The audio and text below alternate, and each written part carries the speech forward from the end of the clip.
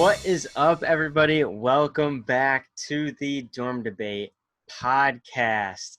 We have a loaded episode for you guys as we recap week 5 of the NFL season. But before we do that, I want you to go follow us on TikTok and on Instagram at Dorm Debate Podcast. So we have some breaking news. Came out yesterday for us. This is Wednesday when we're filming. Le'Veon Bell has been released by the Jets.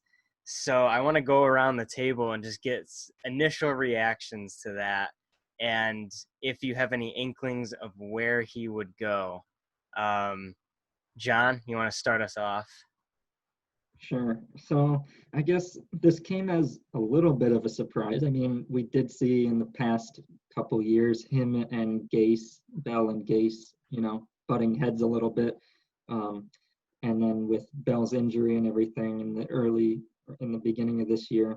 So it doesn't come as like a complete shock, but it is surprising given the contract that they gave him. They gave him a huge contract and now they want to get rid of him. And I heard that they tried to trade him and they couldn't even get a 7th round pick. So, it shows how much they wanted him gone. And he was liking tweets about the fact that he should be traded and everything. So they figured just release him and just so they don't have to pay him any more money. But, I think Le'Veon Bell, he's still a top 10 running back in the league when he's on a good team. He just wasn't motivated on the Jets. And I think he could be a top 10 running back for sure. So I think he's going to be signed by a team, and I think the team that signs him is going to go to the Super Bowl, and that's going to be the Buffalo Bills. So Get out. No, I don't know if they'll go to the Super Bowl, but they should really sign him because they have Devin Singletary. They got Zach Moss, who they thought was going to be the starter, but he's been injured. So all they have is Singletary, and Singletary is good. He's just nothing amazing. And if they put Bell on that offense with Diggs and Beasley and Davis, and John Brown, and once that defense starts playing well, they can go places. He's a great back to take some receptions out of the backfield. Like he's a full-blown receiver in some games. He doesn't even have to run the ball. So that would be great to put in the Buffalo offense. Mm-hmm. Caleb, thoughts? Yeah, I got to disagree a little bit. I don't think he's a top 10 running back anymore. I hate to say it. I think he can be good, but I think the Le'Veon Bell of the Steelers years ago, I would think that would be true to say he was top 10 then. I just think the story of Le'Veon Bell has been interesting. I mentioned this while we were talking before, but, he leaves the Steelers in a kind of high-stakes fashion, gets his money in the Jets, and then the Jets are terrible. And then to the point that no one wanted him, So I think if he still was a top 10, there would be some trade value there outside. Maybe money, there was an issue, but I think he'll be a good addition to a team, but maybe as like the second head of a hydra. If there's a team that has, like you're saying with the Bills, if they have a 3 running back core with 1 main and 2 other, I think he'll be a good addition to that. That's why I think he'd make an interesting fit to see him on the Giants. That'd be my kind of – I've heard murmurs about him going there. Obviously, Barkley's hurt. If they got him, I don't know if they'd get him to help Daniel Jones develop, to give a little bit of depth in the running back position there. Because I don't think they'll get him in the anticipation of making a playoff run. Although, I have to admit, it's still possible with the NFC East being a 2 wins and you're the top of the division. So they could. But if you think about it, maybe it'd be a good idea to get Bell to help Barkley develop more. And when he comes back, maybe if they sign him for 2 years, have him split carries with someone who's good. And I don't think he's bad, but when he gets back from injury, have Barkley have a little bit of a cushion to have kind of like you see right now with Chubb and Kareem Hunt. I think you'll see Bell more in that Kareem Hunt role, kind of second to Chubb, but still possibly, getting some good play there. Okay. All right. Interesting. Jonathan? Yeah. So I remember a few years ago, people said, hey guys, Le'Veon Bell is better than Zeke. Le'Veon Bell is better than Zeke. I knew the whole time he wasn't. No, he wasn't. We had that debate. We had that debate at Global. I remember it. It was a line. Zeke has always been the better athlete. And, him being on the Cowboys, showed that our line is pretty good, but Zeke's just an overall really great running back. I knew Le'Veon Bell, like his line was, making him look better than he actually was. And we've seen that with the Jets. We've seen that with the Jets. You He's can't not compare. that great of a running back. The He's not Jets, that great of a running back. I know. Yes, the Jets are terrible, they're so but bad. still, You can't even like compare.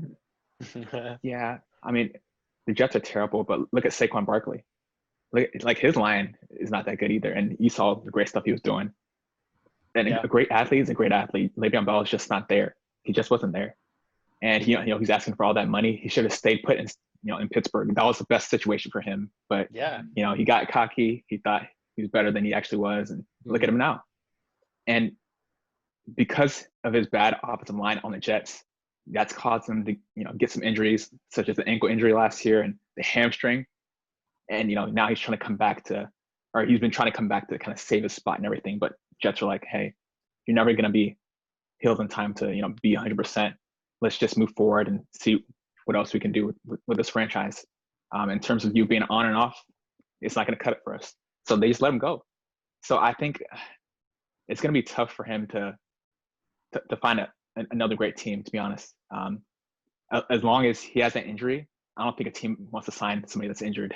So unless he becomes 100% heals that hamstring, then no teams are really going to look at him, to be honest. So in terms of destination points, you guys are discussing it. I wouldn't be surprised if he doesn't go on a team the rest of the year. So we'll see what happens, but he should have stayed on Pittsburgh. This is his fault. Yeah, I agree. I think, people like Antonio Brown leaves the Steelers, and now he went from the best receiver in the league to nobody. Bell, exactly. Bell went to the best. Literally on the Steelers, you had the best wide receiver in the league and the best running back in the league that year. Bell was the best in the league that year. At least in fantasy, he definitely was. But I mean, he had a great line. But Yep. you can't just keep asking for money. If you want to win, you got to take a pay cut. Like Exactly. where their careers go. So I get it. I think it's tough though because it's just running backs at some point, specifically that position, they have to get their money, at some point because it wears you down so much. And I can blame the way Bell got the money because I think it's just at this point, like Jonathan, you're saying, I wouldn't be surprised if no one, I think there are teams that fit him, but it wouldn't be surprising if no one got him because the way he left the Steelers was in an explosive fashion with disagreeing with the coach. And that was a Super Bowl winning coach. And then with Gase, you're playing terribly. I mean, he's only been there a year, and they went, I think, something in 7. They weren't great last year. They're doing terrible now. Point is, it's two coaches in a row that he kind of has a falling out with, and then on top of that, the money issue, and then the injuries. I just think it's you look back and maybe he should have stayed on the Steelers. I think him leaving the Steelers paved the way for James Conner to come. I don't know if he was there the year that he sat out. James Conner was, or Le'Veon Bell did. But imagine those two. That team could have, you could have gotten your money and had a Super Bowl run potentially. Who knows? Yep. But I think there's that line. Like you do want to get your money as a running back, but I think you play the game to support yourself. Yeah, and it's a business. But at some point, it's gotta suck to be on a losing team. Yeah, you're a professional, but you're on a team that's 0-5. That's gotta that's not the dream you had when you were a kid. So I think there's a line there. Yeah, in most situations, the sum of the parts is greater than the whole. If you have many great pieces around you, you're gonna play better. But if you try to go on a team and get all that money, then nobody's gonna really watch you, and probably in the next few years, you're not gonna be as marketable, not as famous as you would have been on the Steelers per se. So I think a lot of these young players have to be patient and just aim to win. If you win, then a lot of things will fall in place. Mm-hmm.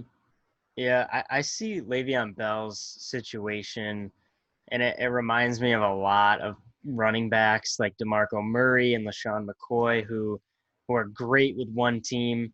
They go to maybe not as well of a situation, and it just tumbles all the way downhill, and they're not the same as they was before. I still want to see what Le'Veon Bell can do. I don't think the sample size from the Jets is enough to say that he's completely washed up. Because one, Adam Gase didn't use him to his full potential, and two, he's on the Jets, so the line was awful. In the beginning of the year for the Giants, That first Monday night game against the Broncos, I think it was, or the Steelers, one of the first games for the Giants. I mean, Barkley couldn't even get out of the backfield, and that line did absolutely nothing. And you really are just you have your hands tied as a running back. There's nowhere where for you to go. So I would like to see him on the Chargers, mainly because I'm a Chargers fan, but also we have a decent line now. Austin Eckler's gone. We have Joshua Kelly and Justin Jackson. There's no clear number one. He would come in, maybe be backup for a couple weeks till he learns the playbook, and then like he's full on like in. And we would use him to his full advantage with Justin Herbert, who we're building the whole offense around. We could use him in the backfield. I think it would be a great fit, but I'm not writing off Le'Veon Bell yet. No way. Not from the Jets. That's where people go to die, man. Like you go to the Jets and nothing happens. Sam Darnold needs to get out of New York as soon as possible. Yeah. Yeah, speaking of coaches that should be fired, Dan Quinn got fired, guys. I'm surprised he lasted this long. Atlanta can now make the playoffs. Yeah, it's all uphill from here. No, Worse. I mean so let me write this down here. So Atlanta got rid of Dan Quinn and their GM, so they're completely clearing house. What does this mean? I'll start. Caleb, do you want to start with this one? What does this mean for the Falcons going forward? Because you're cleaning house with an aging Matt Ryan at quarterback and an aging Julio Jones. What do you do in that scenario? You have no coach and you're going to get a new GM. You know, that usually is a bad sign for older players. What do you take on that? Hey, I mean, I think it was inevitable. We talked about this in the podcast, and you hate to see a guy lose his job. I don't think he was a bad coach. He made it to the playoffs a few times and the Super Bowl, of course. But there comes a point when your coach, sometimes outside of their control, loses the confidence of the team, and I think that happened. I think the wheels started to turn when they lost to the Cowboys. What was it like? No team had ever lost that way, 440 since like the start of the whole existence of the football league. A team had never lost the way the Falcons did, and it's like that's the players on the field. Maybe they should have told them, but sometimes some things happen out of your control, and it happened. And then you add the Super Bowl loss to Tom Brady, famously giving up the lead. I don't think it signifies that he's incapable of winning it all or whatever, but I think at a certain point you just got to wipe the slate clean. And to answer your question, I think that's what the Falcons are doing. I think Matt Ryan's still good. I think they have the pieces there to build, but I think they might have to look at, if they keep going 0-5 and they keep losing, maybe they'll get a good draft pick. Maybe they'll start to, rebuild, basically is what I'm saying. Mm-hmm. But maybe if they go the opposite route and try to keep with the pieces they have and just work with a new coach, try to get new pieces, I think getting a different coach who can inspire the team the way Dan Quinn might not have been able to after the Super Bowl, after the Cowboys lost, that might be the restart they need to use the pieces they do have. Because Ryan's still good. You show that nowadays older quarterbacks aren't moot. They're still like solid to win games. So maybe they don't have to blow up the whole slate, but we'll have to see. I think it was you hate to see someone lose their job, but I think it was time. All I have to say is that it's time to start a Madden franchise with the Falcons and get Trevor Lawrence as your quarterback. Yes, I was just gonna say that. Georgia would have, Get the first 10 draft picks. Trade for the first 10, get Lawrence, but give him the best 2 receivers. Yep. But no, I don't know. I feel like Ryan is getting old, and with Julio aging as well, and you see this new generation of quarterbacks. The only older guys left are really Roethlisberger, Ryan, Rodgers, Brady, Breeze. Other than that, everybody's young. This is like a new generation. So yeah. I think it's time to get that guy behind Ryan, teach him the system, see if Julio can still get another, year out of him, 2 years, and then, draft players and rebuild, because their defense, I don't understand how every year their defense is like gets so many injuries. Every year I remember seeing like week 4 or 5 of the season, they're like, oh, look at all these defensive players that are injured on the Falcons. It's every year. I don't know how. But anyway, they need to get more depth, and I think it could be time to start new. Yeah, I think their offense is solid. Okay, they put up about 25 points first game, 39 points on the Cowboys. Was it 26 points against the Bears? The offense can score. It's just, their defense has been, struggling with injuries throughout the year. Mhm. So I think they should focus on drafting great defense talent in this next draft. So, I mean, I feel bad for the coach. I don't know if he should have been fired, because again, it's not really his fault. It's all these injuries that have kind of caused the defense to kind of struggle.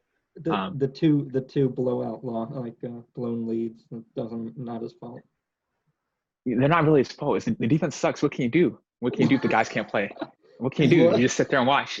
No matter how well you coach, if they're in the position, they can't make the play. You can't do anything. So I feel bad. They blame it on the coach because that's the only person you can blame it on. But it's the defense. Like the cornerback, he doesn't lose his job. They just say, all right, who else can play? If nobody's healed, then he's the only guy there, huh? So when the guy didn't pick up the onside kick, and then they lose. Yeah, I mean that's not really a coaching. The press, the media asks him like, why didn't you tell him to pick it up? You just say, oh, there's nothing you could do.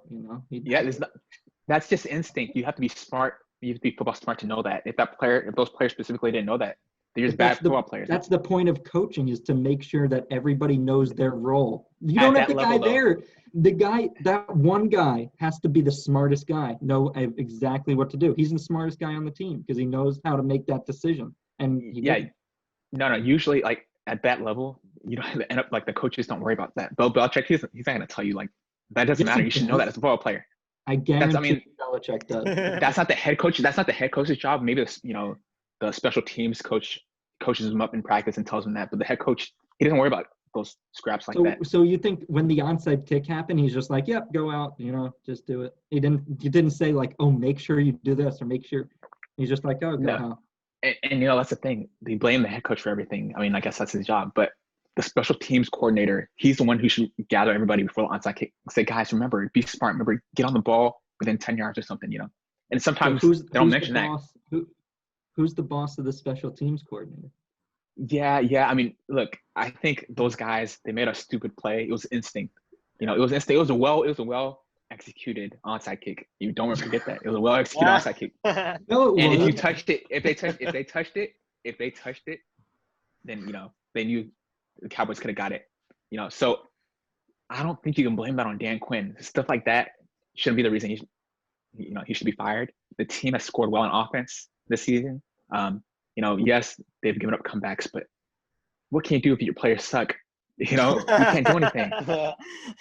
Interestingly, I want to add to this because I have my laptop. I was curious who calls the defensive plays on the Falcons.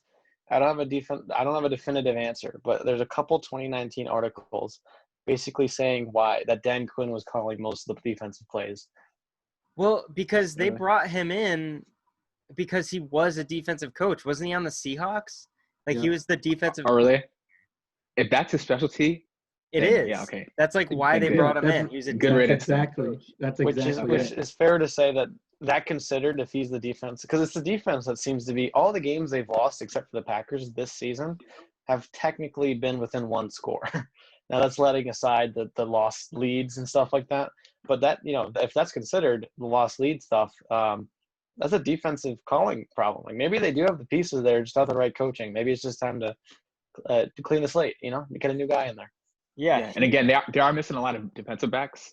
But I agree with what y'all say. I mean, that's his specialty, so he should be able to do some stuff that can prevent a comeback. Mm-hmm. But again, if those players on the defensive backs can't really cover receivers like Cooper or what have you, then what can you do? You just sit there and watch.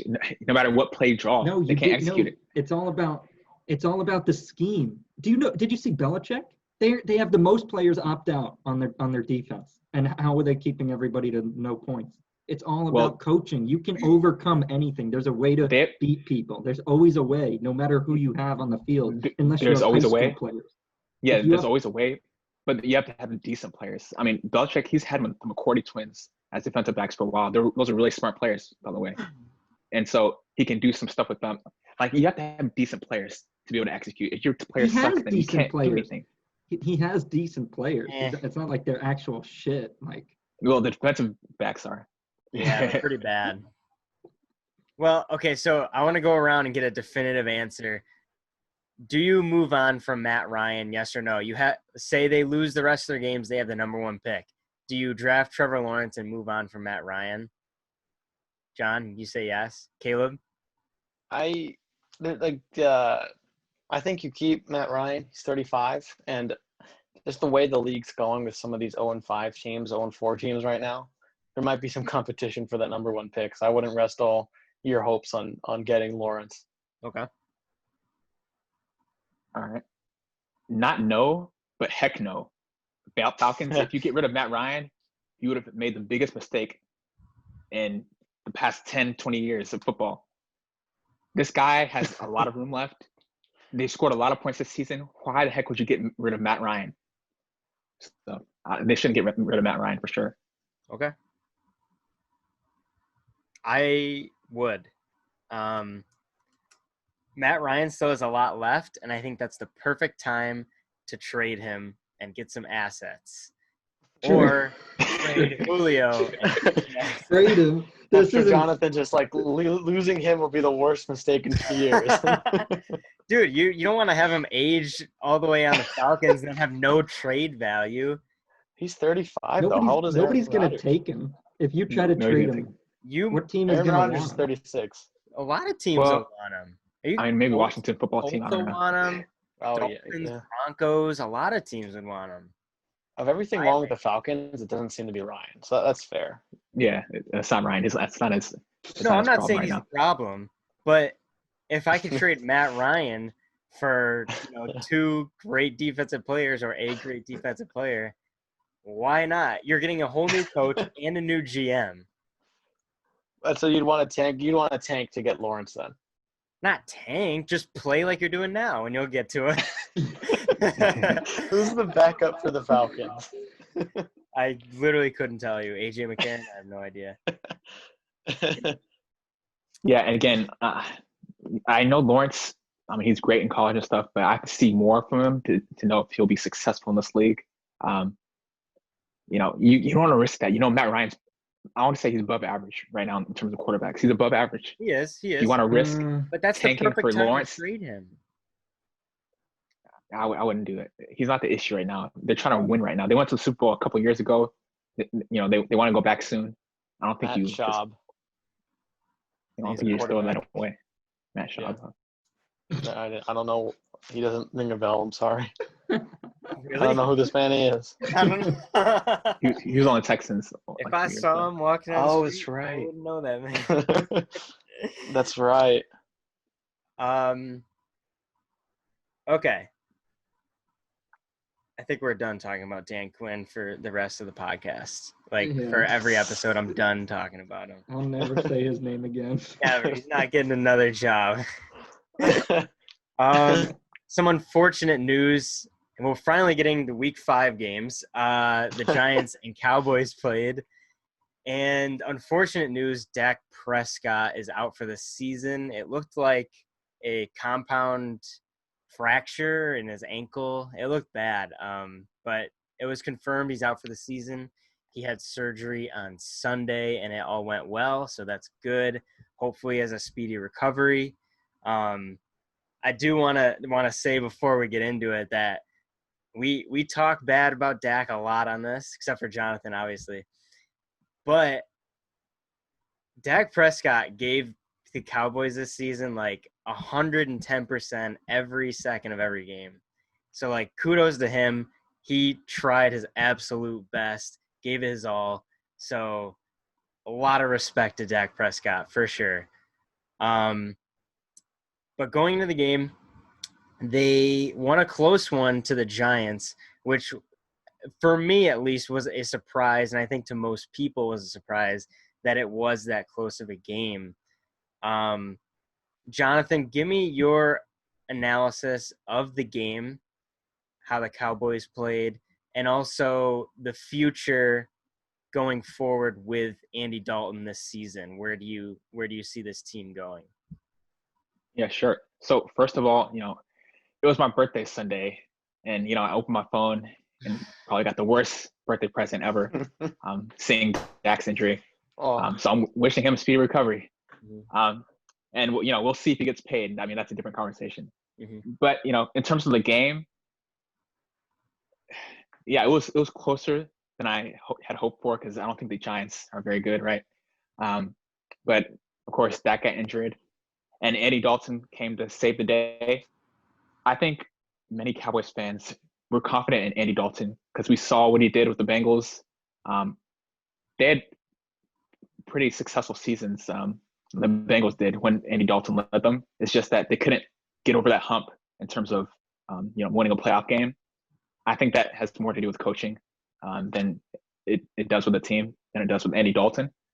So he has that experience. He knows the plays well. He's right at home. I think he can lead us to a pretty successful regular season. But like I said, I'm worried about winning playoff games because he doesn't really have much experience in doing that. Mm-hmm. But yeah, the game was a lot closer than I had hoped for. Our defense is it's sad. It's really sad, and I just don't know what to do.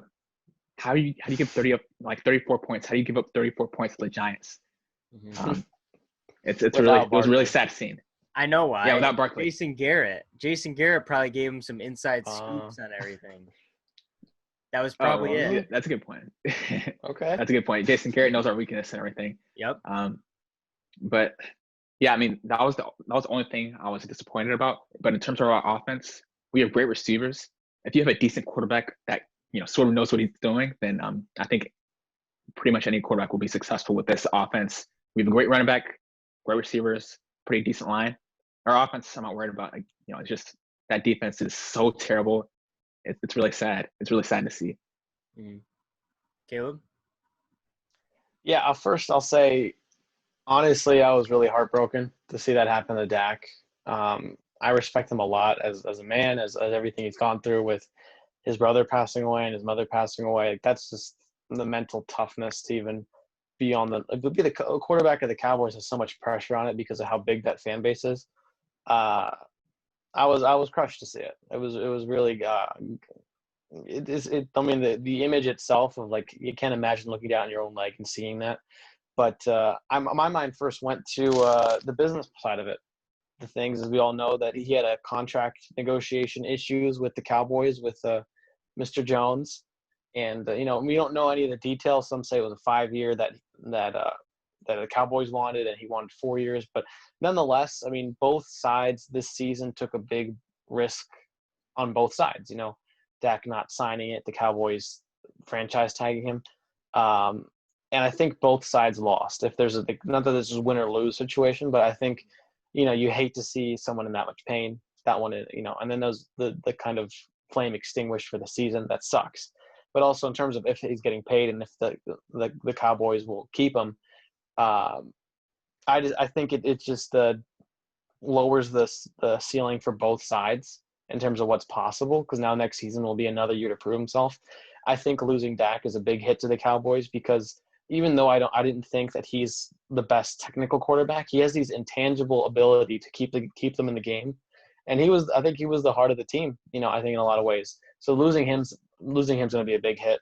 I have no joy in it. I will say that I wouldn't underestimate Andy Dalton. I think this is why, you hate to see it, but this is why teams that are, I think, well managed are investing a lot into reliable backups so that you're not putting in a no-name who, at least you might see. You want to see what happens. Maybe an underdog thing happens.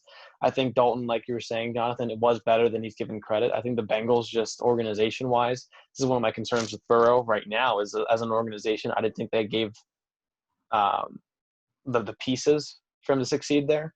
But Dalton with the Cowboys with these weapons still, I think it'll be interesting to see how it pans out, because he still has all these, and the division itself is still pretty competitive in the worst way. So we'll see. I think the defense will be a problem, but if Andy Dalton holds up, I don't think the Cowboys are out of it yet. The best wishes to Dak and his recovery. Yeah, like Jared said, I usually don't talk too well about Dak, but all my respect to him. I was heartbroken when I saw that. I mean, I love watching him play as much as I harp on him. He is a lot of fun to watch, and he is a great quarterback. I mean, he was probably going to set a passing yards record for a single season. I mean, their offense was that good. And I don't think anybody should write them off, because Andy Dalton is good. And I think that you're going to see them get back to the ground game with Zeke. And I think that's going to be good for them, because they're going to be on the field. Their offense will be on the field longer, give their defense some rest. And I think people will rally around the injury, which you hate to see that happen, that be the reason that their defense plays better, but I think it will be. And I think the team will rally around him. And I really hope he heals well and is able to play like he normally plays. And I honestly think that he will get a long-term deal with the Cowboys. I mean, you can't really say anything bad about his season up until this point. It was really the defense. He was doing everything he could. He set records. I mean, how much more can you ask? And he did it with a rookie and Amari Cooper, and they didn't even have to use one of the best running backs in the league. So I think this guy is going to get his contract in the offseason, and I think he's going to sign a long-term deal. But for this season, I wouldn't write the Cowboys off. I really think they could definitely still win the division and make the playoffs. As for playoff games, I don't think so, because I don't know if Dalton can throw it in those scenarios. For the regular season, I definitely wouldn't write them off. It's going to come down to the last 3 weeks when the Eagles play the Cowboys again. So, but all my best wishes, and hopefully he comes back better than ever. Mm-hmm. Yeah, as bad as this is, the Cowboys, one, are in a division that is extremely weak, and two, arguably you have the best backup quarterback ready. I mean, I don't think I could think of another one besides maybe Jameis Winston, and I think I trust Andy Dalton more than Jameis Winston. So as much as this sucks, you're in an easy division, and you got Andy Dalton. And in my opinion, with Dak, you're an 8-8 team, and with Andy Dalton, I think you're still an 8-8 team, and that is good enough to compete for a division title and get to the playoffs. Jonathan, you were saying as far as like the playoffs, that's where it gets risky, because Andy Dalton hasn't won a playoff game. He doesn't have the experience. I agree with that, but I don't see the offense dropping off at all. It's, as you all said, that defense is – I don't know what to do with it. Is Van Der Esch coming back? He's not. It's season ending. No, he's coming back in a few He is weeks. coming back. So Okay, maybe the light at the end of the tunnel is Van Der Esch comes back for playoffs, and that gives some leadership to that defense. But in my opinion, Dallas is still the favorite to win that division, in my opinion. But yeah, best wishes to Dak, man. He played his heart out. On to the Sunday night game, the Seahawks. They pulled off a miraculous comeback win against the Vikings, another game that we didn't even think was going to be close.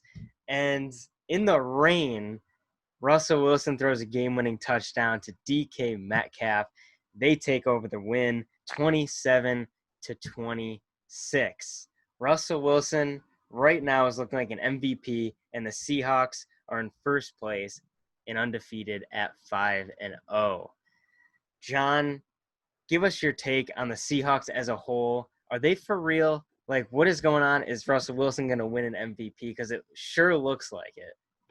This is actually really big, because the Seahawks have a very bad defense. I don't know if you guys realize, like, Jamal Adams is out. They don't have, like, I can't even name a couple guys in their secondary. Their D line is horrible. All I know is KJ Wright and Bobby Wagner in the middle, and they could only do so much. And nobody realizes, like, Russell Wilson was good in the past, but nobody realizes that this season he also is a lot better, because when you see his completion percentage, he's only throwing like 2-3 incompletions per game.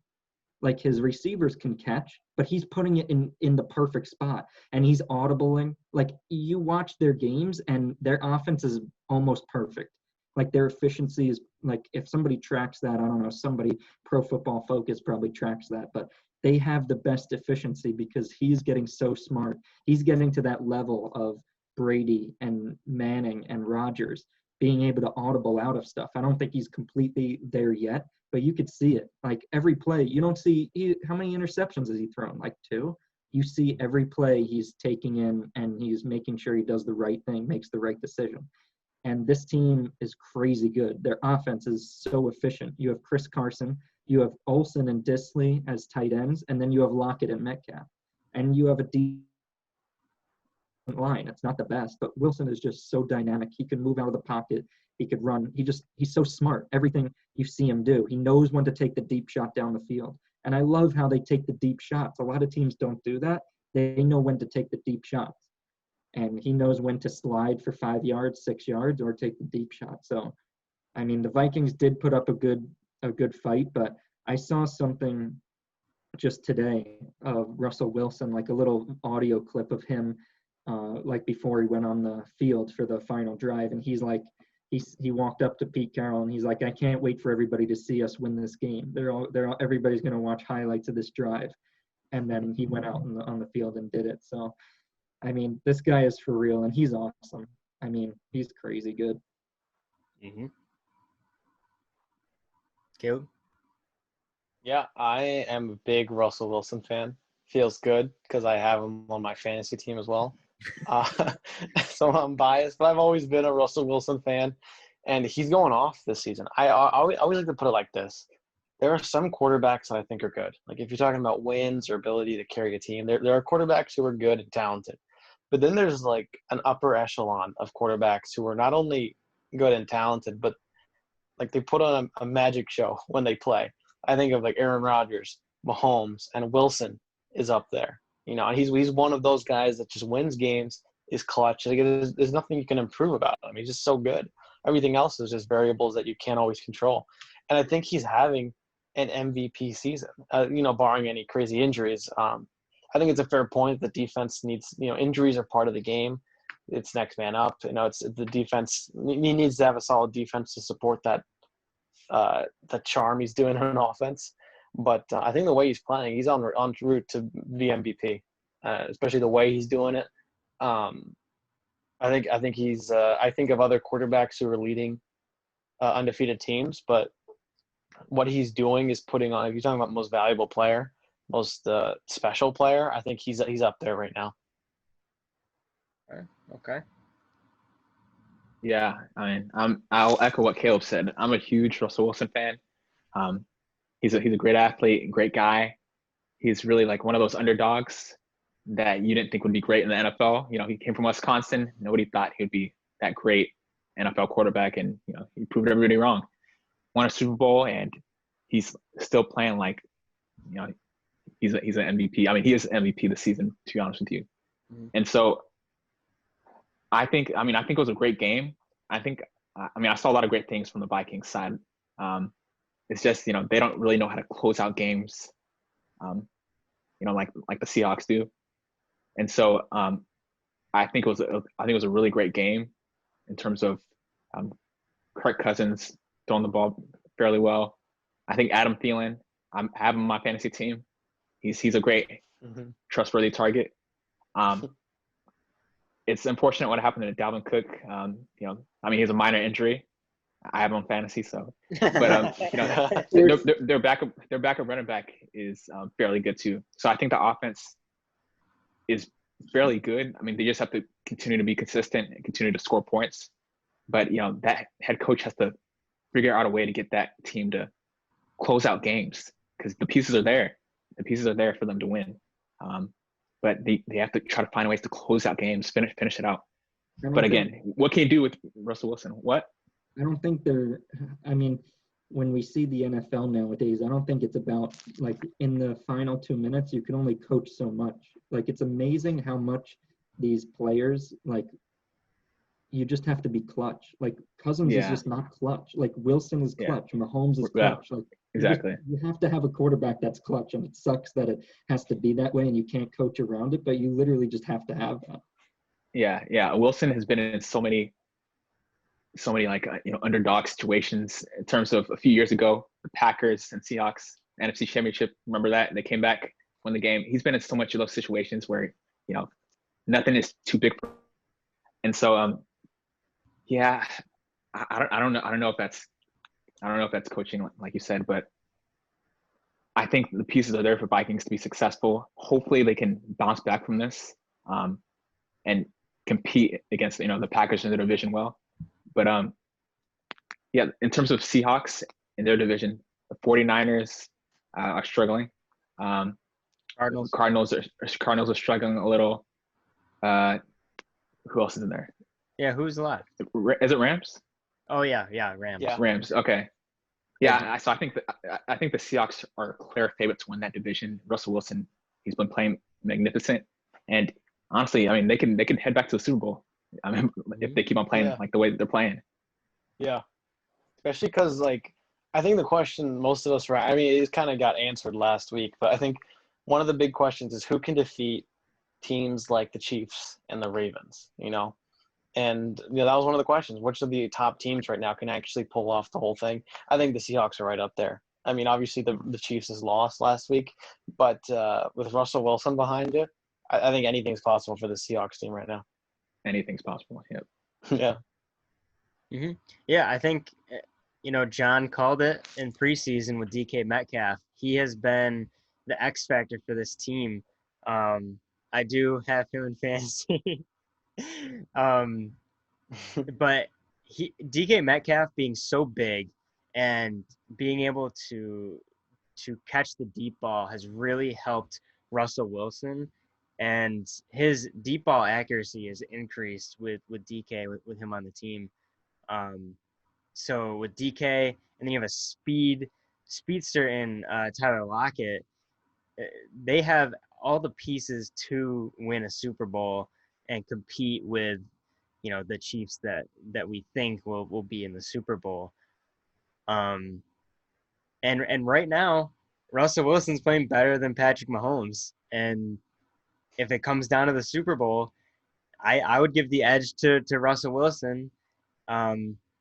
One, for experience, and two, just the knowledge that he has. I would take him over Mahomes. But yeah, clear favorites right now. I do expect the Cardinals to ramp it up a bit and compete for that top division spot.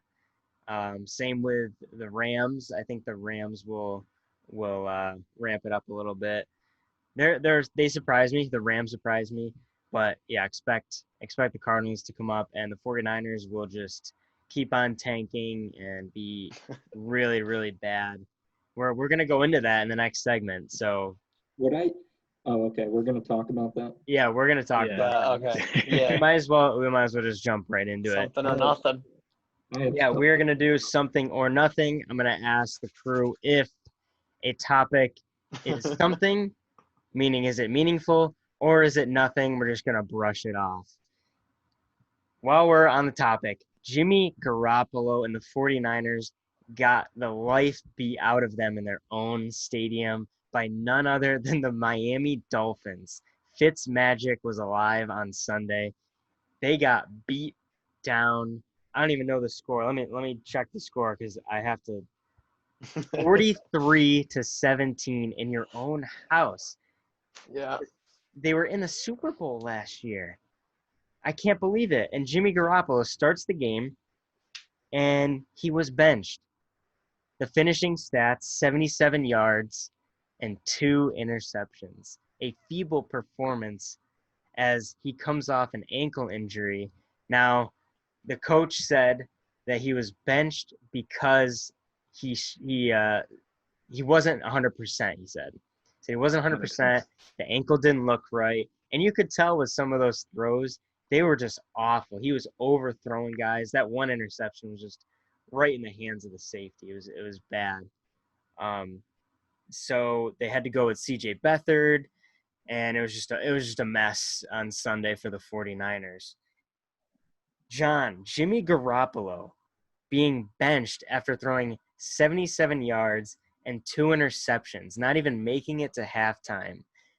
Is that something or is it nothing? That is definitely nothing.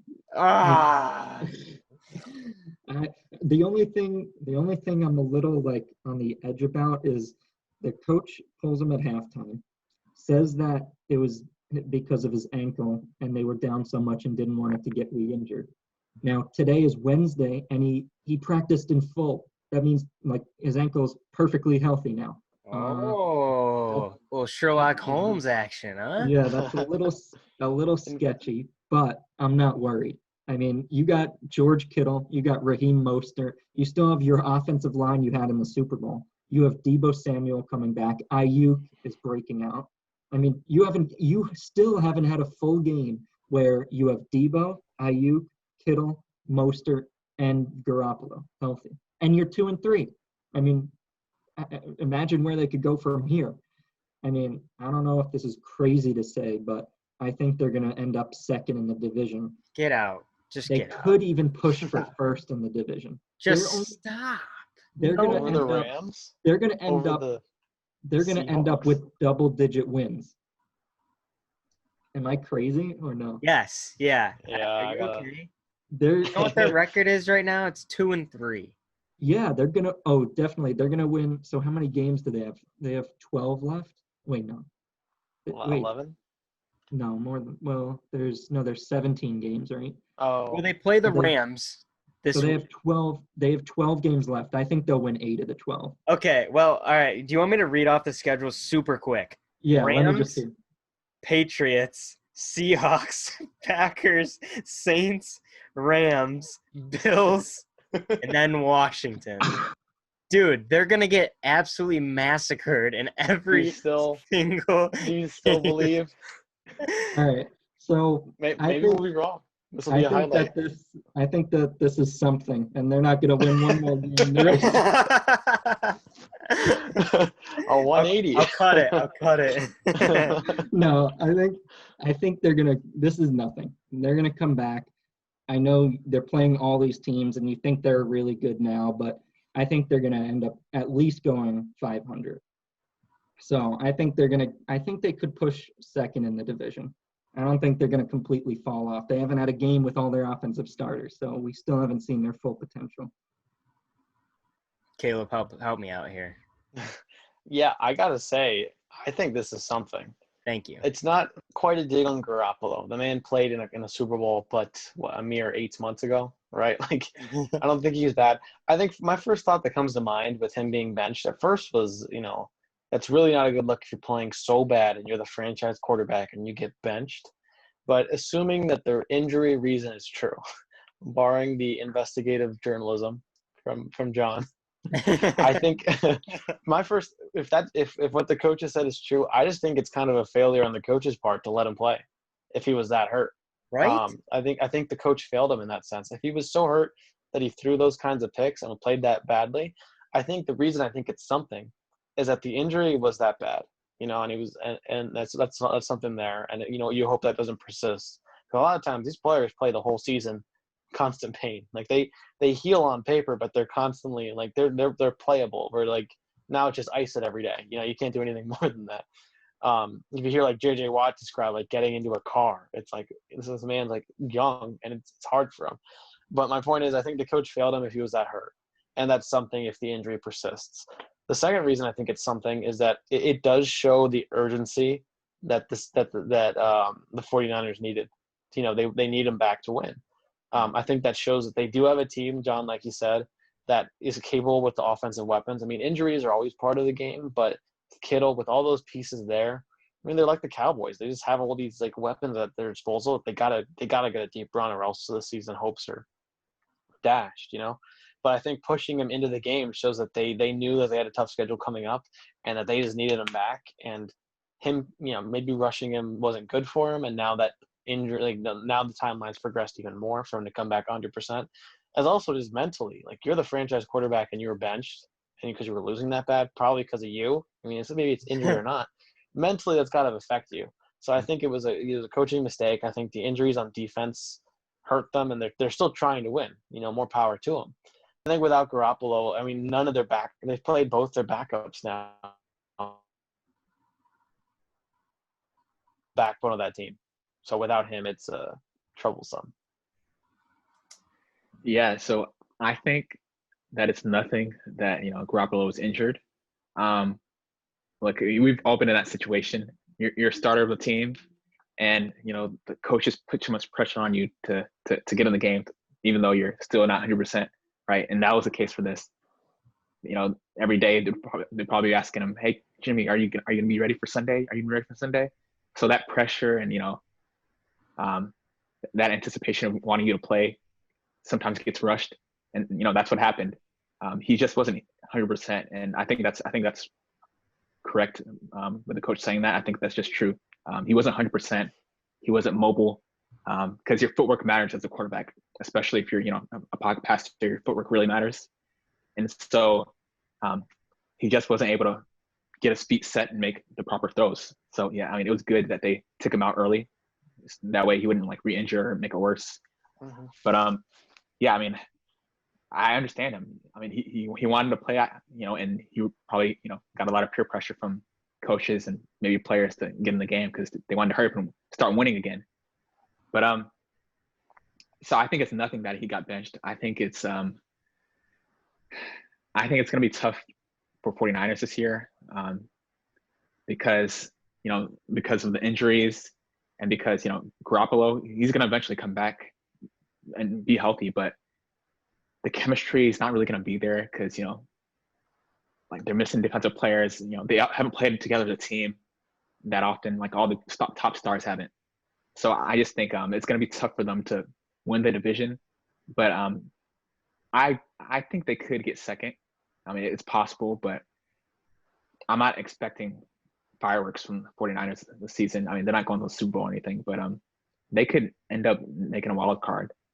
But I don't think Jimmy getting benched was something. I think it was nothing. I think it was something. My big question is, what did Garoppolo show you in practice to make you think that he could start or that he was close to 100%? Why is he making those throws in the game? What kind of throws was he making in practice to where you're like, oh, he's fine, he can start? Like, my thing is, I hope he didn't aggravate his injury coming back early during the game, and that's why they were so bad. That's why those throws were so bad. I think it's something. I think, in my opinion, not being so technical, but just looking at their offense, I just don't like it. It's just not, and I've said before, it's just not the new age offense that is successful nowadays. Like the Seahawks, the Chiefs, the Cardinals are starting to do it. I don't really know what Garoppolo is good at. I'll be honest. I don't know what he can do well. Last year, he really didn't carry the team. It was mainly the defense. I don't think he's great at the deep ball. I think there's a lot of assessing that has to be made about Garoppolo's future as a 49er. And I'm being dead serious. What has he showed you that He makes went to you the Super Bowl. He went to the Super Bowl on the man. defense? On the defense.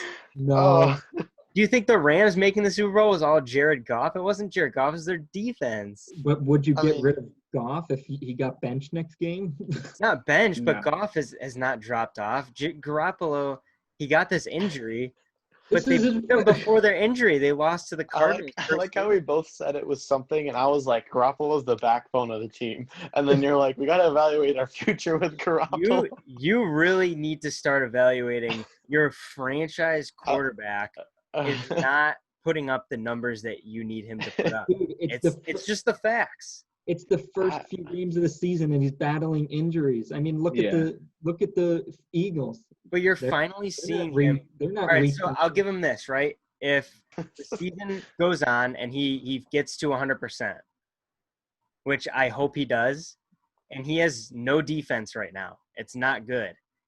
If he can bring them to get 28, 35 points a game, get that offense going, I'll give him credit.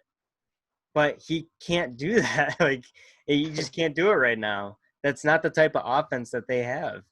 Yeah, I mean, I agree that the offense needs to get better, but it's not like he's the franchise But quarterback. can He's I the ask guy. you what stands out to you about Garoppolo that you would give all of the money to him and say he's a franchise quarterback for the future? He doesn't make much mistakes. He's football savvy. You can tell. He makes the right plays, makes the right reads. Yes, he missed a few passes, but that was because of he wasn't able to execute because of his ankle injury, not able to set his feet. If you took him to the Super Bowl, then he knows how to make the right decisions. And I think it's more of the pieces around him. Kittle's their best receiver, as John has said in the past. They need more they need more receivers, more better pieces around them. Maybe some other good running backs. I think the running backs right now are okay. They're not the best. They can have better. I don't think he's a problem. I don't think he's a problem at all. I think many teams would be fortunate enough to have a guy like Garoppolo, to be honest with you. It's like he's it's just so you really don't like him. I don't like the 49ers as a whole. That's why I think I'm just a lot harsher on them because I don't believe the hype that they were second in the preseason polls. It was like such a shock to me that they were that high. I'm like, I don't see anything about this team besides Nick Bosa and their defense. Besides that offense, I'm telling you, is bottom of the barrel offense.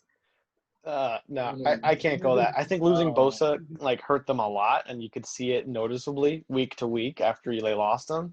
But it's like some quarterbacks, like Garoppolo is more of a pocket passer. It's almost like a Matt Ryan-esque kind of style. And he's not flashy. I'll give you that. But he wins games. No. They didn't make it to the Super Bowl. So I mean, It he doesn't. wasn't him though. Well, it's like there's a reason that they traded him from the Patriots. He was going to be the successor to Brady for good reason. That's debatable. I don't think we've seen his full potential this season because of the offensive pieces haven't been there. We will see it in a few weeks. And I'm going to make a bold statement that I think the 49ers come out on Sunday night and their offense puts up more than 30 points and they beat the Rams. No, that will never happen. That would never happen. I mean, you could quote me on that on Monday because I firmly believe that will happen. They will put up more than 30 points and they will beat the Rams. I mean, does anybody disagree with me? I disagree. Rams. What are you talking about? I disagree completely. The Rams right now. It'd be so funny if you're like, no, I don't actually do agree. Wait, Jonathan. Garoppolo's not healthy. If Garoppolo's 100%, Jonathan, do you think yes or no? Do you think I'm right or no? If Garoppolo is 100%, like Caleb said, then I would say that's very possible. I mean, if he's not 100%, then they're gonna lose. It's simple. Okay. I'd say if he's 100%, I can see them getting over 30. I'd bet on that. But it's just I think the Rams' defense is a little better right now, so I can't say they'd win. But if the points that the offense is strong with Garoppolo, I'd say they can easily get 30 points. I would. The offense looked better with freaking CJ Beathard at quarterback. I would strongly urge people to go to a casino this weekend and put money in the 49ers. You can't say that. To cover the 3.5 points that they're underdogs by. Strongly because this is one of the easiest bets of the season, to be honest. All right, well, if they were listening to us, they would have taken the Chiefs over the Raiders. So, okay, let's move on. The Raiders pulled off the upset against the Chiefs. Now the Raiders moved to 3-2. Chiefs are 4-1. Now, the Raiders beat the Chiefs. It's a high-scoring game, very exciting game. I very much enjoyed it. 40-32, the Raiders win. And just like that, the Raiders are 3-2. Are the Raiders for real, Jonathan? They beat the Chiefs. That's a statement win. It is a statement win. The Chiefs are in the division, so they know them well. Mm-hmm. I think they needed this win. I really do think they needed this win. So the team knew that. It's hard. So, they, from an offense perspective, Derek Carr was doing fairly well. Oh, wait. I should have asked that differently. Are the Raiders beating the Chiefs and going 3-2? Is that something or is it nothing? Oh, I think it's nothing. I think it's nothing. From both sides, the Raiders, like I said, they knew they had to win this game, and so they're trying their best. Pull out all the pieces that they had, put all the tricks from the bag, and they did score a lot of points, and it did go to show all those different options that they have in terms of scoring points. But I think the Chiefs defense just played a really bad game. Patrick Mahomes on the offense they always do their job, right? But I think it was more of the defense. They really struggled against the Raiders for some reason. I know they were playing in Oakland, I believe, but there's not really much of a crowd. I don't really know what it was in terms of the defense playing so terrible like that. But the Oakland Raiders exposed them badly. Las Vegas. But I still think it's nothing. I don't think the Raiders will continue to be consistent and score those much points against their next opponents. I think it was just one of those weeks where they're like, hey guys, we really need to win this game. And the team just rallied and were able to fortunately win the game because the Chiefs defense played so bad, but I don't think they'll be able to keep this up. So I think it's nothing. Caleb? In short, I think it's something. The Raiders beating the Chiefs. I think it shows the Raiders are a team to be respected. I mean, the Chiefs were undefeated, and the talk of the town was who's going to beat them. I don't think a lot of people were guessing the Raiders would be the ones. My running theory, and I'll run through some of the teams that pop out to me, but my theory is that there's a couple teams that aren't leading their division right now, that aren't as flashy. You don't see them in the headlines as often, but there's a lot of dark horses, I think. Now we're about, I don't know, maybe almost a third of the season. So you're starting to see trends, starting to see what a team is. It's not impossible to rebound either, but the Raiders are one of those teams. They're in a division with the Chiefs, and winning against the Chiefs, that's a division win. That's pretty big for the Raiders down the line. Who knows what will happen? But I think here's a couple of teams that I think are dark horses, meaning they're in competitive divisions. They're not leading, and it feels like, obviously if you're a fan of the team, but it feels like the teams people don't talk about you in the media. But I think the Raiders are one of them. The Colts are one of them. The Browns are starting to show that they're legit. With some of those other ones, the Panthers as well. I know we'll get to them in a second. Mm-hmm. The Bears and I think the Cardinals. These are teams without superstars that are playing well. A lot of them are 3-2. So I think that's just part of the reason I think it's something is that right now we're looking at the undefeated teams, the big names from last season, the guys like the Chiefs, like the Ravens, other teams like that. Obviously the Bucs have Brady and Gronk and all these other weapons. I think, I'm not going to put money on it, but I think it'll be interesting to see as the season goes on if one of these dark horses ends up potentially making it to the Super Bowl over someone else that we talk about every week. Mm-hmm. Yeah. Also, I forgot to say this one thing. I think there were about 2 touchdowns that got called back or something. That affected the game, right? So it should have been even a higher scoring game than that. Wow. You see what I'm saying? So you have to think about those. So you want to talk about touchdowns being called back. Well, then in that case, Evan Ingram should have had a touchdown. And Slayton. Darius Slayton should have had a touchdown. So Giants win. No, I mean, come on. Those ones that were called back. Your defense is double as bad as you thought they were. Done talking. Nothing is safe. Nothing is safe on this podcast. So I think that the Raiders beating the Chiefs is something. And Jared mentioned this earlier, and this is the point I want to drive home. He was saying that he doesn't like the 49ers offense. This new age, it doesn't fit this new age offense. Yeah. Now let me tell you what this new age offense that Jared is talking about. He's talking about having a running game, having a passing game, and having a quarterback that is and can throw the deep ball. Henry I mean, Ruggs, a speedster wide receiver. A deep touchdown to Ruggs. We have a deep touchdown to Aguilar. Mhm. Okay, the Seahawks won. We have a deep pass to Metcalf, deep touchdowns to Metcalf. The Chiefs, did you see the Tyreek Hill touchdown that got called back? That's a deep pass. You see Rodgers, he's throwing deep passes. It's all about throwing the deep pass and running the ball and having a quarterback that can execute both of them. And Derek Carr is showing that he can do that. And that's why the Raiders will make the playoffs, and they're going to make some headlines. I mean, Josh Allen, he's throwing the deep ball.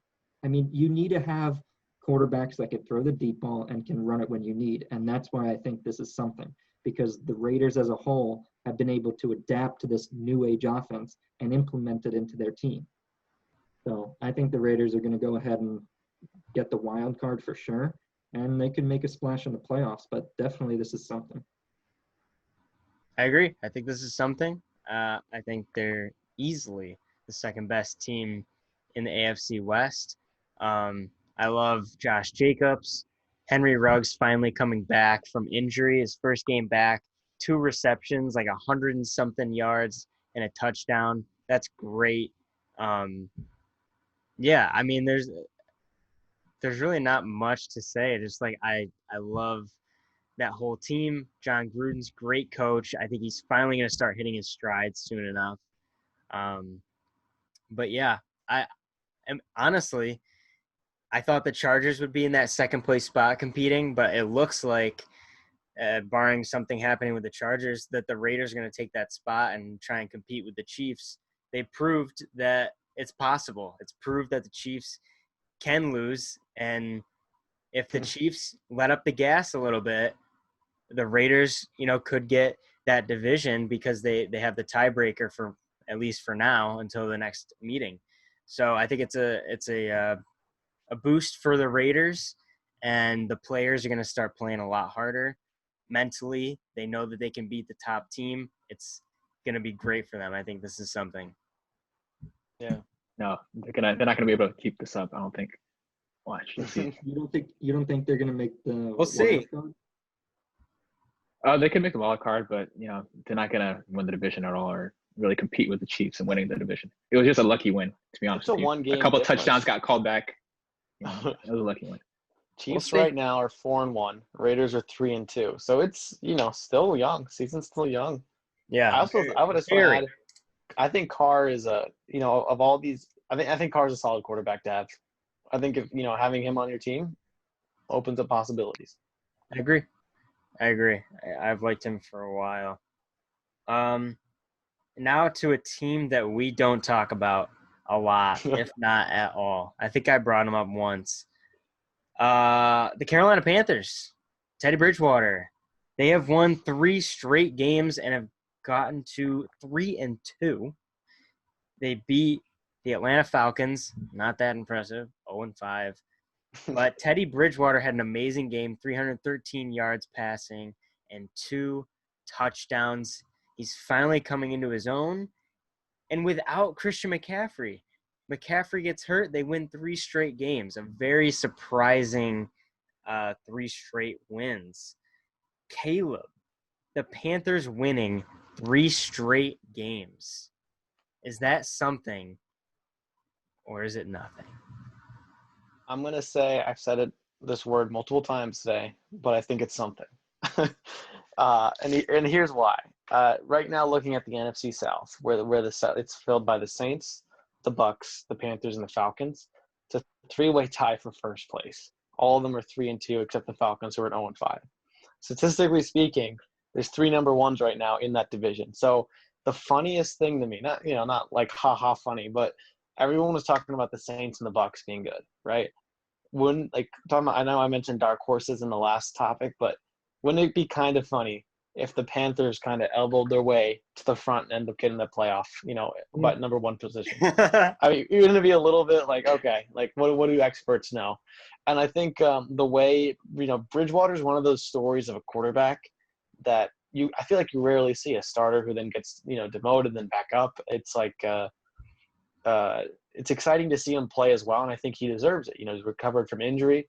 And I think winning 3 games without your star running back who's putting up record numbers, I don't know exactly which records, but more he's one of the top running backs in the league, and they won 3 games. And I think before that they lost both. So I think it shows that if you take the gloves off the coaching, off the quarterback, and you open up the field, like now when he comes back, maybe you do split it with Mike Davis. You open up some opportunities. And I think the 3-win streak, I mean, we kind of forget this sometimes. Momentum matters, I'm thinking back with the 49ers, not to bring it up again, but losing to, admittedly, the Eagles are, not playing as well, but losing to us, and then also losing to the Dolphins, who are better than I think people give them credit for, that kind of can affect you mentally for the next game for the 49ers. But I think the same way for the Panthers. They're hot right now. They got the pieces there, and another piece is coming back, and McCaffrey eventually. So I think I'm not going to – I almost want to say they can win the division, but I don't count out. You're in a division with Brady and Breeze, so you can't ever count those guys out. But the way the Panthers are playing, they could be a dark horse number 1 for that down the line. Mm-hmm. John? I think that this is nothing. And I know in seasons past I've been very hesitant about Teddy Bridgewater. I know, Jared, you've been very high on him, or at least higher than I have been on him. But I mean, when you look at the teams that they just beat 3 straight games, they have a combined record of 4-11. I mean, it's the Chargers, it's the Falcons, it's the Cardinals. Cardinals have been struggling a little bit, and then everybody's beaten the Chargers and the Falcons. So I'm hesitant to put all my money in Bridgewater's basket. I think that I like what Matt Rule is bringing to them. Without McCaffrey, it is impressive that they're playing as well as they are. But I don't see a scenario in where they make the playoffs this year. They have the Buccaneers and the Saints in that division. They already lost to the Bucs once. So they play the Bucs one more time and the Saints twice. I don't see them going better than 1-2 in those 3 games. At best, they win 1 game. So I think it's going to be tough for them to make the playoffs. And I think that this 3-game winning streak is nothing. Yeah, I think this is tough. I think this is something. Yeah, I mean, in terms of the competition, I know it hasn't been the greatest in terms of who they've recently beat in the past 3 games. But I'm liking what I'm seeing from Mike Davis. And honestly, after the season is done, I mean, he's a good shot of being traded to another great team. And Carolina is capable of getting a really good few pieces, whether it be defensive players or offensive players. I think if they trade Mike Davis at the end of the season, they can get a lot of great pieces. But besides that, I think this is something in that I agree with what Caleb was saying. The Bucs and the Saints, they're competing to get that first place division award, but I think the Panthers can end up getting it if they continue to play hard. If McCaffrey comes back, then you'll have 2 threat running backs, just like the Saints had a few years ago with Mark Ingram and Kamara. I think this could be a dangerous team in the next few weeks. It could be a really dangerous team. With Teddy Bridgewater being a dual threat quarterback, I think this offense can be really unstoppable in the next few weeks if McCaffrey's 100% healthy and they continue to utilize Mike Davis. So I think this is something in that the Panthers have a chance. Like everybody has a chance. Those top 3 teams have a chance to win the division. So it's anybody's to win. So Brady is definitely nervous right now. He thought it was 4th down. He's definitely nervous. So that's what I have to say. Yeah, we never mentioned that the fourth down debacle. Do you think they'll make the playoffs, Jonathan? The Panthers? Yeah. I think it's very possible they'll make the playoffs. At least the wild card. I think it's very possible. Of course, if no one gets injured, I think they'll be very capable of making the playoffs. But yeah, Tom Brady's getting really old. He's starting to get dementia, right? He's not going to get that much older between now and the next time they play the Panthers. Come on now. He's only getting older. He's starting to forget things. It was like 4th down, right? I think he knew it was 4th down. Yeah, he knew it was 4th down. No, I mean, I think he didn't know. He was counting how many titles LeBron had. Oh yeah. He's like, oh, he just won? He just won? No. I don't know about the division for the Panthers, but I do think this is something as far as growing on the future. There's a lot of bright spots with Carolina, and 1, Mike Davis, obviously, but 2, Robbie Anderson coming over from the Jets and absolutely thriving in this offense. He's really showing to be a number 1 wide receiver, especially in fantasy. Like he's getting like 20 points on average. So there's a couple of bright spots there. Bridgewater is finally starting to play well and throw for 300 yards. I know that I said that in the past that Bridgewater would be, the most successful quarterback to like change teams. But one of my worries was his throwing ability. Could he, throw 30 times a game and throw for 350 yards, 300 yards? And I think he's growing into that type of quarterback. And last game he threw for 315 and 2 touchdowns, so he is getting a lot better. And I'm excited to see what they have in store. I think what's great about them is in their division, the Buccaneers, they have a lot of pressure to be good because of Brady. The Saints have a lot of pressure to go to the Super Bowl after the last 2-3 years. There's no pressure on them at all. I mean, Bridgewater could suck the rest of the season and no one would notice. I still think that them going 3 straight wins, no one probably is noticing them.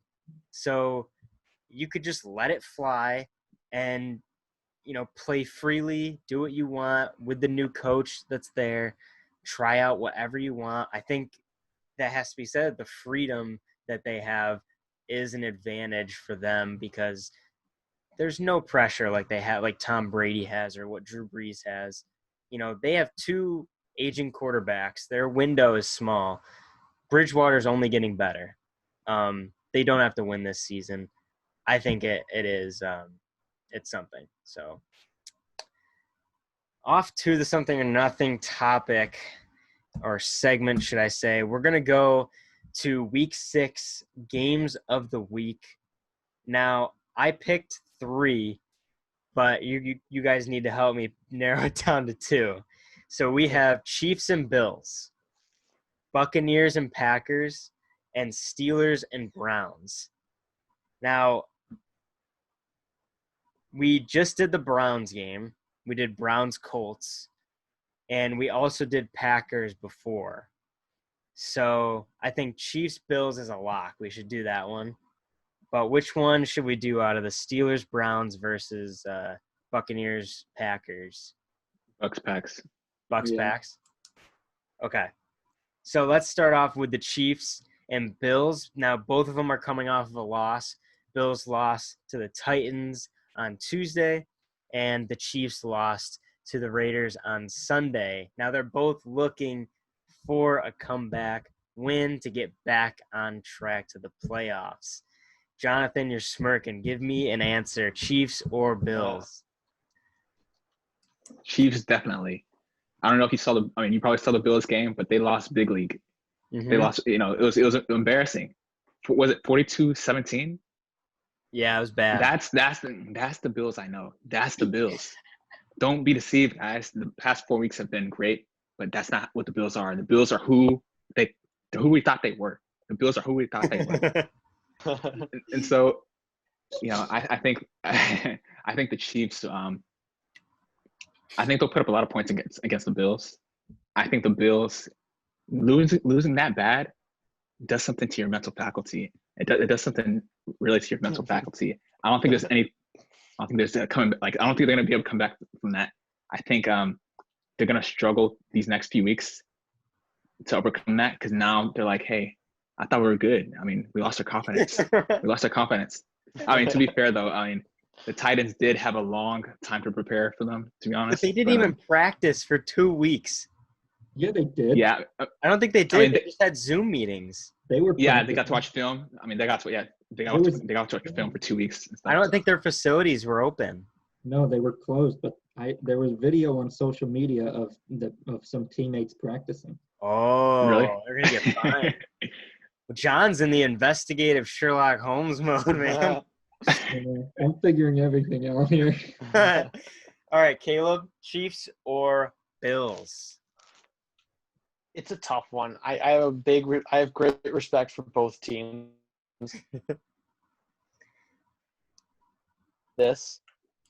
If it weren't for Russell Wilson existing, it's very possible that we would be talking about Josh Allen for the MVP race. Some people probably are, but I have a Pro Football Reference here for passing yards. Number 1 was Dak Prescott, respectable, but obviously the narrative there has changed. But second, above Wilson, was Josh Allen. Right beneath Wilson for passing touchdowns is Josh Allen. Josh Allen's ahead of Mahomes and Rodgers and Brady in terms of passing touchdowns this season. So that's what I mean in terms of if Wilson didn't exist, Allen, we're looking at an MVP year, okay? Even so, I think the Chiefs are going to win it. I think it's a game to watch. I think it's one that's going to be I got to make a pick. I wish I could be unbiased and say they're going to tie. But I think the Chiefs, with Andy Reid at coaching and showing that the Titans beat them, I don't think the Bills might have the same weapons the Raiders did in order to beat the Chiefs. But in the application of them and how well-rounded they are, I think it's going to be interesting to see. I'm going to lean Chiefs on this one. I'm really torn on it because the Bills, I think, respectable. So we'll see, but I'm leaning Chiefs.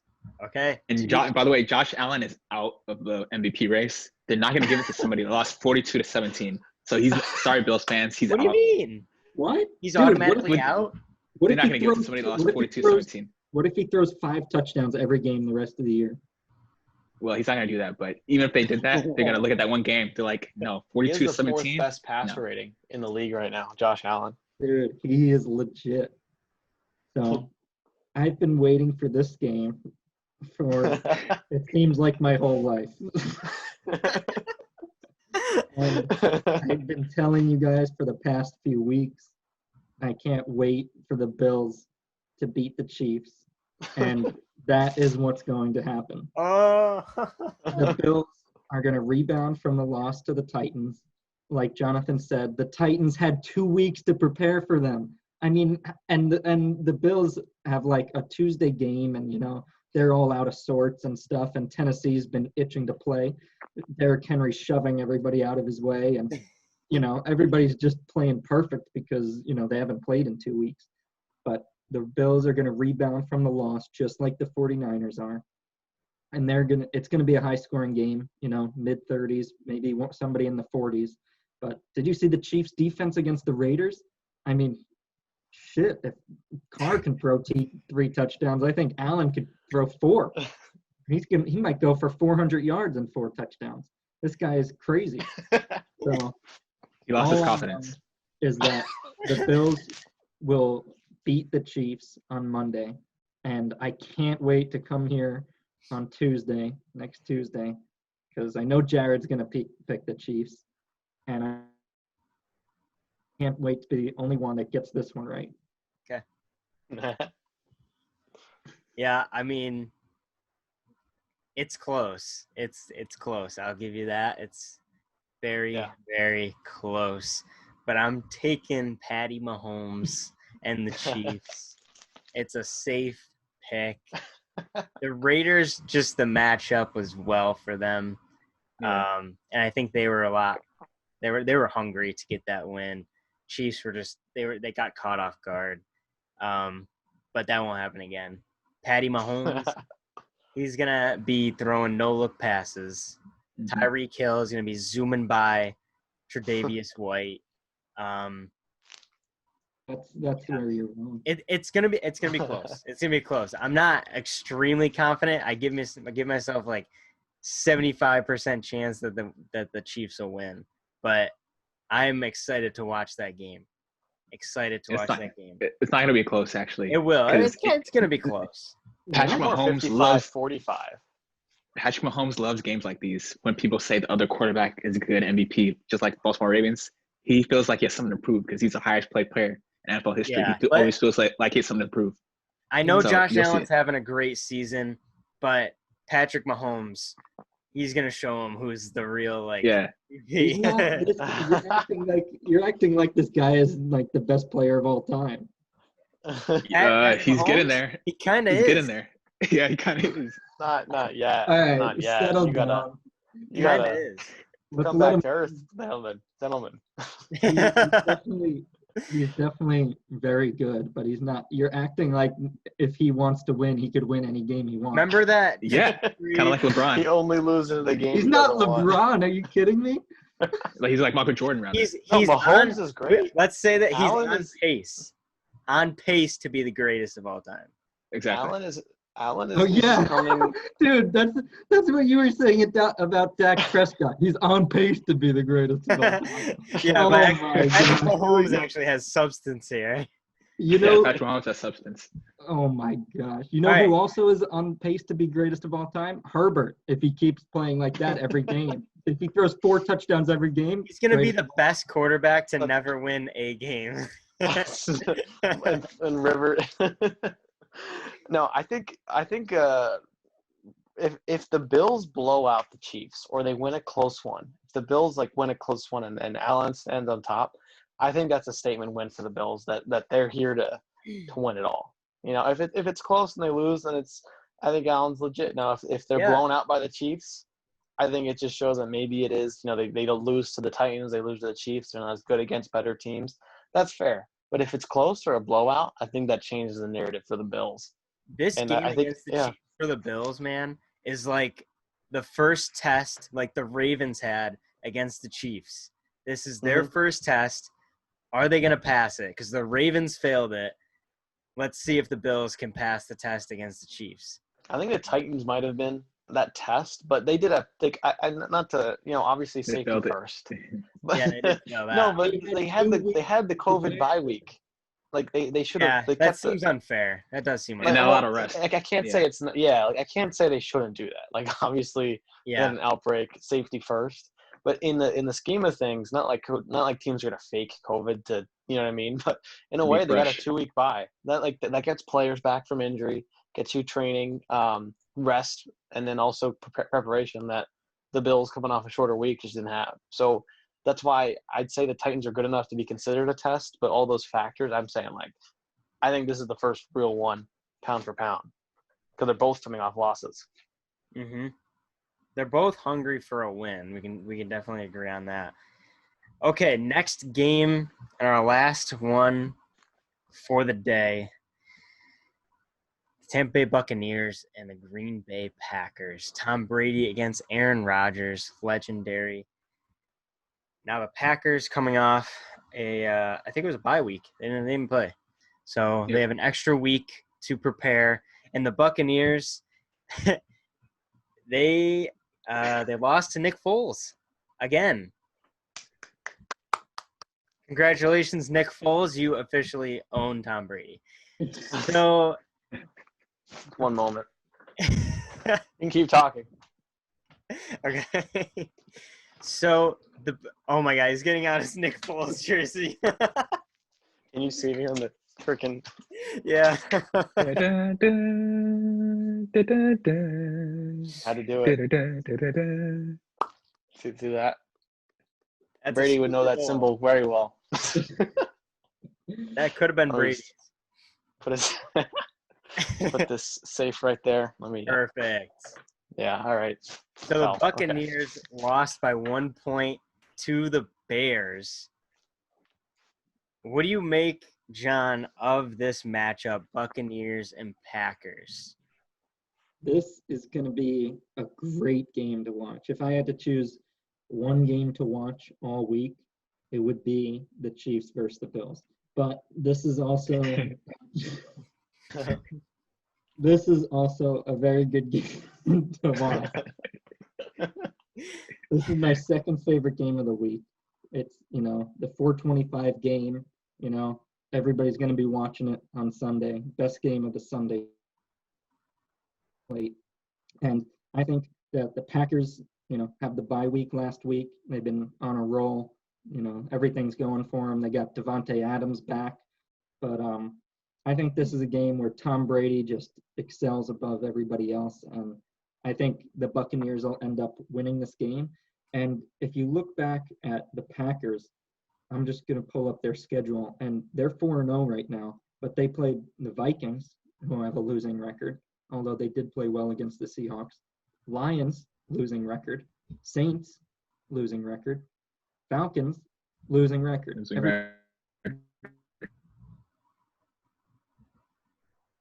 They've played all these bad defenses. They're all like worst, like top 10 worst defenses in the league. And now they get the Buccaneers, and the Buccaneers are a top 5 defense in the league. And they have to play Tom Brady. And so this is the best defense they've played and the best offense they've played. So it's going to be a big test. And I mean, I'm gonna take the GOAT on this one.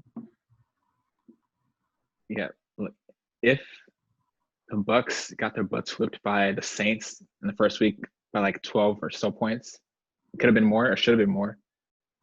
Then I can only imagine what Aaron Rodgers is gonna do to the Bucks. I can't wait to see that game. Aaron Rodgers is gonna toast them. I think right now the Packers' offense is unstoppable. I haven't seen a defense that can stop it. I don't think the Bucks will be able to do that. I don't know if the Packers play the Colts or any other good defense this year, but the Bucks aren't. They're not going to be able to stop Aaron Rodgers. That's for sure. We'll see if Tom Brady is able to, compete against the Packers defense and make it a high scoring game. But I don't think Aaron Rodgers is going to struggle against this Bucks team. So I'm picking the Packers.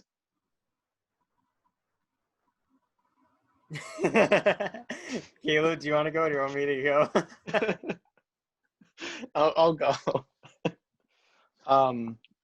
Yeah, let me just straighten this out real quick.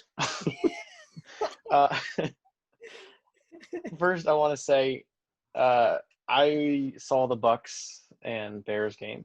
I think the Bears are legit. I'm happy to see Foles do well.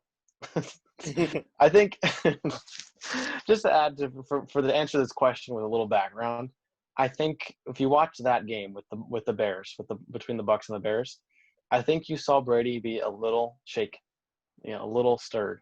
I think he forgot it was 4th down. It's not a dig on him. I don't think it's, I think playing against Foles got into his head, and I think it got into his head because he wasn't on the Patriots. You can say what you will about losing the Super Bowl to Foles, not to rub it in, but he played confidently. He set records, Brady did.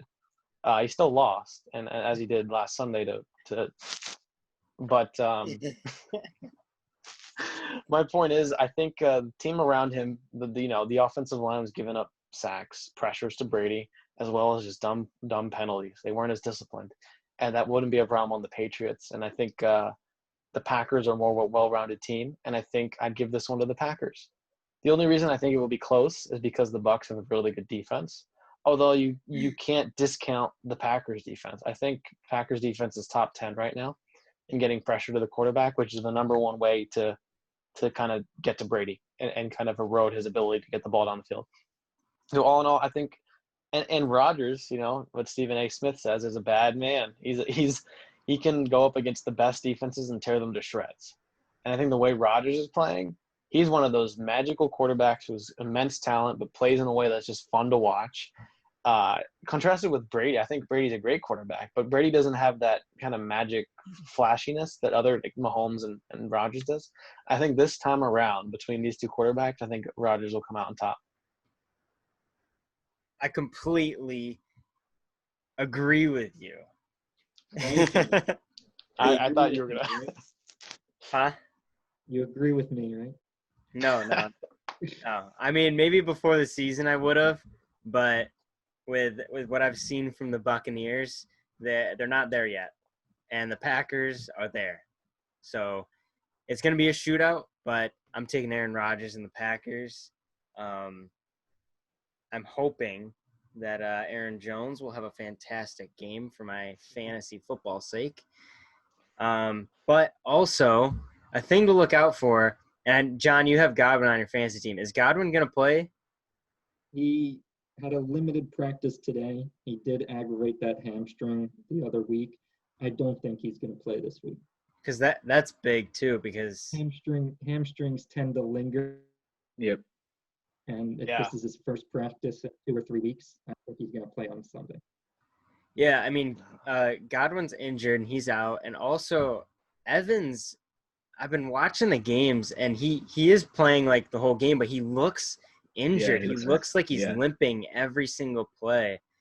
So that worries me, and they have to go to that guy, Scotty Miller. Yeah.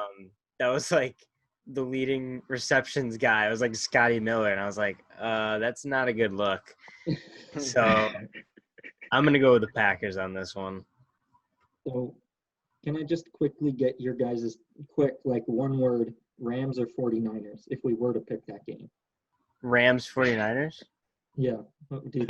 Like quick, if you just had to pick one to win. Rams.